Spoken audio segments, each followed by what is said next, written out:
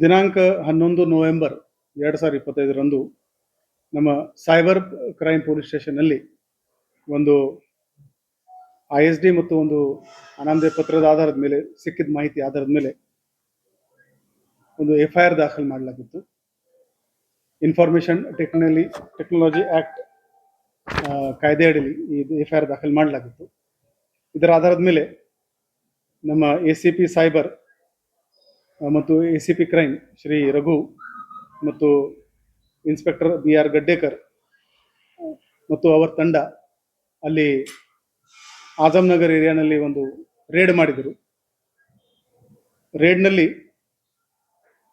ಒಂದು international call centre ಅಲ್ಲಿಂದ ನಡೆಸ್ತಾ ಇದ್ದು.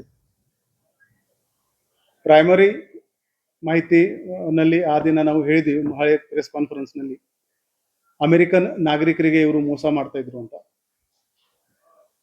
ಆ ದಿನ 33 ಮಂದಿಗೆ ವಶಕ್ಕೆ ಪಡಲಾಗಿತ್ತು. ಅವರ ಜೊತೆಗೆ 37 ಲ್ಯಾಪ್ಟಾಪ್ ಹಾಗೂ 37 ಮೊಬೈಲ್ ಫೋನ್ ಕೂಡ ಜಪ್ತು ಮಾಡಲಾಗಿತ್ತು. ಹೋದ 15 ದಿನದಲ್ಲಿ ಈ ಕೋರ್ಟ್ ಪರ್ಮಿಷನ್ ತಗೊಂಡು ಈ ಲ್ಯಾಪ್ಟಾಪ್ ಮತ್ತು ಮೊಬೈಲ್ದು ಅನಾಲಿಸಿಸ್ ಪ್ರಕ್ರಿಯೆ ತಗೊಳ್ಳಲಾಗಿದೆ. ಇಲ್ಲಿವರೆಗೆ ಮಾಡಿದ ಅನಾಲಿಸಿಸ್ ಪ್ರಕಾರ 85ಕ್ಕಿಂತ ಜಾಸ್ತಿ, ಮೋರ್ ದೆನ್ 85 ಅಮೆರಿಕನ್ಸ್ ಡೀಟೇಲ್ಸ್ ನಮಗೆ ಸಿಕ್ಕಿದೆ. ಅವ್ರದ್ದು ಫೋಟೋಗ್ರಾಫ್ಸ್ಗಳು, ಅವರಿಗೆ ಹಣದ ಫೋಟೋ ಜೊತೆಗೆ ಅವ್ರ ಹೆಸರು ಇಟ್ಟಿದ್ದ screenshot, payment transaction screenshot, gift card screenshot, ಆ ಥರ ಸಾಕಷ್ಟು ಇದರಲ್ಲಿ ನಮಗೆ ಡಿಜಿಟಲ್ ಎವಿಡೆನ್ಸ್ ಇಲ್ಲಿ ನಮಗೆ ಸಿಕ್ಕಿದೆ. ಇದರ ಜೊತೆಗೇನೆ ತನಿಖೆ ಹೇಗೆ ಮುಂದುವರಿಸ್ತಾ ಇತ್ತು ಅದರ ಪ್ರಕಾರ ಆ ಕುಮಾರ್ ಹಾಲ್ ಎಲ್ಲಿ ಕಾಲ್ ಸೆಂಟರ್ ನಡೀತಾ ಇತ್ತು ಅದರ ಮಾಲಕ್ನಾದ ಇಜಾಜ್ ಗುಲಾಮ್ ಹುಸೇನ್ ಖಾನ್, ಆಜಮ್ನಗರ್ ಬೆಳಗಾವಿ, ಇವನಿಗೆ 15/11/2025ರಂದು ದಸ್ತಗಿರಿ ಮಾಡಲಾಗಿತ್ತು. ಅದರ ಜೊತೆಗೇನೆ ಇಲ್ಲಿ ಈ ಕಾಲ್ ಸೆಂಟರ್ ಯಾರು ನಡೆಸ್ತಾ ಇದ್ದಾರೆ ಅವರಿಗೆ ಎಲ್ಲ ಊಟ ತಿಂಡಿ ಮತ್ತು ಬಾಕಿ ಸೌಕರ್ಯ ಕೊಡುವವನು ತೌಸಿಫ್ ಮೊಹಮ್ಮದ್ ಸಾಬ್, ಇವನು ದಾಂಡೇಲಿ ಅವನು.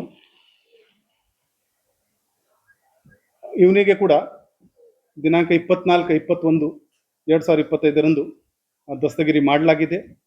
ಅದು ಡಿಜಿಟಲ್ ಎವಿಡೆನ್ಸ್ ಕೂಡ ಇವನ ಮೇಲೆ ಸಿಕ್ಕಿದೆ. ವಿಟ್ನೆಸ್ ಆರೋಪಿ ಯಾರಿದ್ದಾರೆ ಅವರಿಂದ ಕೂಡ ಇವನು ಅಲ್ಲಿ ಸಪೋರ್ಟ್ ಮಾಡ್ತಾ ಇದ್ದ ಅಂತ ಮಾಹಿತಿ ಸಿಕ್ಕಿದೆ. ಅದರ ಮೇಲೆ ಈ ಇಬ್ರು ಆರೋಪಿಯನ್ನು ದಸ್ತಗಿರಿ ಆಗಿದ್ದಾರೆ. ಇದರಲ್ಲಿ ಮುಖ್ಯ ಕೆಲಸ ಏನಿದೆ ಅಂದ್ರೆ, ಈಗ ಬಾಕಿ ಉಳಿದ ಕೆಲಸ ಏನಿದೆ ಅಂದ್ರೆ, ಎಲ್ಲ ಲ್ಯಾಪ್ಟಾಪ್ ಮತ್ತು ಎಲ್ಲ ಫೋನ್ ಇಂದ ಎಕ್ಸ್ಟ್ರಾಕ್ಷನ್ ಆಗಬೇಕು. Extraction is a time taking process. ಅದಕ್ಕೆ ಹೆಚ್ಚಿನ ಅಡ್ವಾನ್ಸ್ ಡಿವೈಸಸ್ ಬೇಕಾಗುತ್ತದೆ. ಎಕ್ಸ್ಟ್ರಾಕ್ಷನ್ ಆದಮೇಲೆ ಅನಾಲಿಸಿಸ್ ಇರುತ್ತೆ. ಅದರ ಜೊತೆಗೆ ಈ ಎಲ್ಲ ನಾವು ಅಮೆರಿಕನ್ಸ್ದು ಸ್ಟಡಿ ಮಾಡಿದಾಗ ಇವರು 50ರಿಂದ 80 ವಯಸ್ಸುವರೆಗೆ, 50 to 80 ಏಜ್ ಬ್ರಾಕೆಟ್ನಲ್ಲಿ ಈ ಜನ ಇದ್ದಾರೆ. ಸೊ ನಾವು ಬೇಗನೆ ಇವರಿಗೆ ಕೂಡ ಕಾಂಟ್ಯಾಕ್ಟ್ ಮಾಡಬೇಕಾಗುತ್ತದೆ. ಈ ಪ್ರಕ್ರಿಯೆಯಲ್ಲಿ ನಾವು CID ಮುಖಾಂತರ, ಇಂಟರ್ಪೋಲ್ ಮುಖಾಂತರ, US ಕೌನ್ಸುಲೇಟ್ ಈ ಪ್ರಕ್ರಿಯೆ ಪಾಲನೆ ಮಾಡಬೇಕಾಗುತ್ತದೆ. MLAT ಆಗಲಿ, ಲೆಟರ್ಸ್ ರೋಗರೇಟರಿ ಆಗಲಿ, ಈ ಪ್ರಕ್ರಿಯೆ ಪಾಲನೆ ಮಾಡಬೇಕಾಗುತ್ತದೆ. ಆ ಎಲ್ಲ ಕೆಲಸ ಮಾಡೋಕ್ಕೆ ನಮ್ಮ ಹತ್ರ ಅಷ್ಟೇ ಟೆಕ್ನಿಕಲ್ ಫ್ಯಾಸಿಲಿಟಿ ಕೂಡ ಇಲ್ಲ, ಅಷ್ಟೇ ಎಕ್ಸ್ಪರ್ಟ್ ಮ್ಯಾನ್ ಪವರ್ ಕೂಡ, ಅಷ್ಟೇ ಸಿಬ್ಬಂದಿ ನಂಬರ್ನಲ್ಲಿ ಕೂಡ ನಮ್ಮ ಹತ್ರ ಇಲ್ಲ. ಅದರಿಂದ ನಾವು ಮಾನ್ಯ DG ಆ್ಯಂಡ್ IGP ಕರ್ನಾಟಕ ಅವರಿಗೆ ಈ ಕೇಸನ್ನು CIDಗೆ ವರ್ಗಾಯಿಸಿ ಅಂತ ರಿಕ್ವೆಸ್ಟ್ ಮಾಡಿದ್ದೀವಿ. ಅದರ ಆಧಾರದ ಮೇಲೆ ನಿನ್ನೆ ರಾತ್ರಿ ಅವರು ಒಂದು ಆದೇಶ ಮಾಡಿದ್ದಾರೆ. ಈ ಕೇಸನ್ನು CIDಗೆ ವರ್ಗಾವಣೆ ಆಗ್ತಾ ಇದೆ. ಎಲ್ಲ ದಾಖಲಾತಿ, ಇಲ್ಲಿವರೆಗೆ ಮಾಡಿದ ಎಲ್ಲ ತನಿಖೆ, ಎಲ್ಲ ಡೀಟೇಲ್ ನಾವು ಬೇಗನೆ CID ಅಧಿಕಾರಿಗಳಿಗೆ ವರ್ಗಾವಣೆ ಮಾಡಿಸ್ತೀವಿ.